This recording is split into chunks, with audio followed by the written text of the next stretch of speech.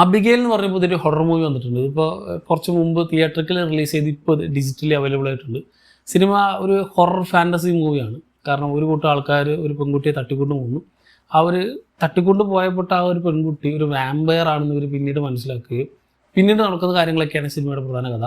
And ഇതിൻ്റെ ക്രിയേറ്റേഴ്സായിട്ട് വന്നിട്ടുള്ളത് നമ്മുടെ റെഡി ഓർ നോട്ട്, സ്ക്രീം പോലുള്ള സിനിമകളൊക്കെ ക്രിയേറ്റേഴ്സാണ്.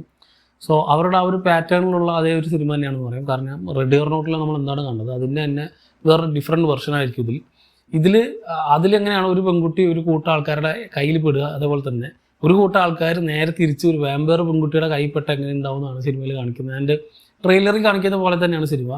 പക്ഷേ എനിക്ക് ഈ സിനിമയിൽ ഇഷ്ടപ്പെട്ടതും ഇഷ്ടപ്പെടാത്തതായിട്ടുള്ള കുറേ എലമെൻറ്റ്സ് ഉണ്ട്. എനിക്ക് ഈ സിനിമയിൽ ഇഷ്ടപ്പെട്ടത് ആ ഒരു ഗോർ ആൻഡ് വയലൻ്റ് നേച്ചറാണ്. പക്ഷെ എനിക്ക് ഈ സിനിമയിൽ ഇഷ്ടപ്പെടാതെ പോയത് തന്നെയാണ് ഈ സിനിമയുടെ വേറിട്ട് നിൽക്കുന്ന ഘടകം എന്ന് പറയാം.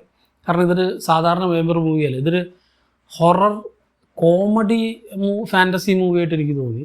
പക്ഷെ അങ്ങനെയല്ല ഇതൊരു ട്രീറ്റ് ചെയ്തിട്ടുള്ളത്. ഒരു പക്കാ ഹൊറർ ഫാൻറ്റസി മൂവിയായിട്ടാണ് ട്രീറ്റ് ചെയ്തിട്ടുള്ളത്. പക്ഷേ പല സമയത്തും കോമഡി സീക്വൻസുകളുണ്ട്.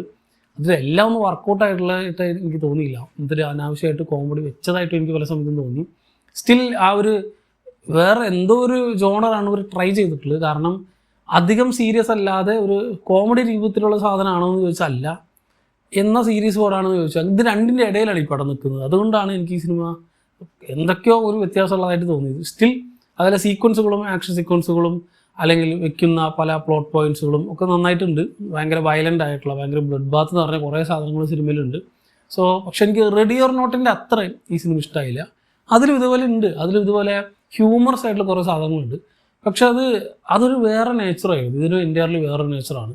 ഇതിലിപ്പോൾ ഈ ഉദാഹരണം പറയുന്നത് ഇപ്പോൾ വാമ്പയർ എന്ന് പറയുമ്പോൾ നമ്മൾ സ്ഥിരം കുറേ കണ്ടിട്ടുള്ള കുറേ സാധനങ്ങൾ പഴയ റെഫറൻസുകളൊക്കെ എടുത്ത് പറയുന്നുണ്ട്. അതൊക്കെ ഓക്കെയാണ്. ഇപ്പോൾ വാമ്പയർ ആണെങ്കിൽ ഉള്ളി വേണം, പിന്നെ ഒരു അത്രയും സീരിയസ് ആയിട്ട് സിറ്റുവേഷൻ്റെ ഇടയിൽ ഈ വെളുത്തുള്ളി അന്വേഷിച്ച് നടക്കുക, പിന്നെ ആൻഡ് ദെൻ വെർണൻ എന്ന് പറഞ്ഞ ബുക്ക് എടുക്കുക, അങ്ങനത്തെ കുറേ ചെറിയ കുറച്ച് സാധനങ്ങളൊക്കെ ഉണ്ട് സിനിമയിൽ. അതിൽ എല്ലാം വർക്കൗട്ടായില്ല, ചിലതൊക്കെ വർക്കൗട്ടായിട്ട് എനിക്ക് പേഴ്സണലി. സോ ഇതൊരു മോശം സിനിമ എന്നല്ല, ഇതൊരു വളരെ നല്ല സിനിമ എന്നും ഞാൻ പറയില്ല. ഈ റെഡി ഓർ നോട്ടൊക്കെ കണ്ട് ഇഷ്ടമായിട്ടുണ്ടെങ്കിൽ അതേപോലത്തെയുള്ള ഒരു വാമ്പയർ സെറ്റപ്പിലുള്ള ഒരു ഫൺഫിൽഡ് ആക്ഷൻ മൂവിയാണിത്.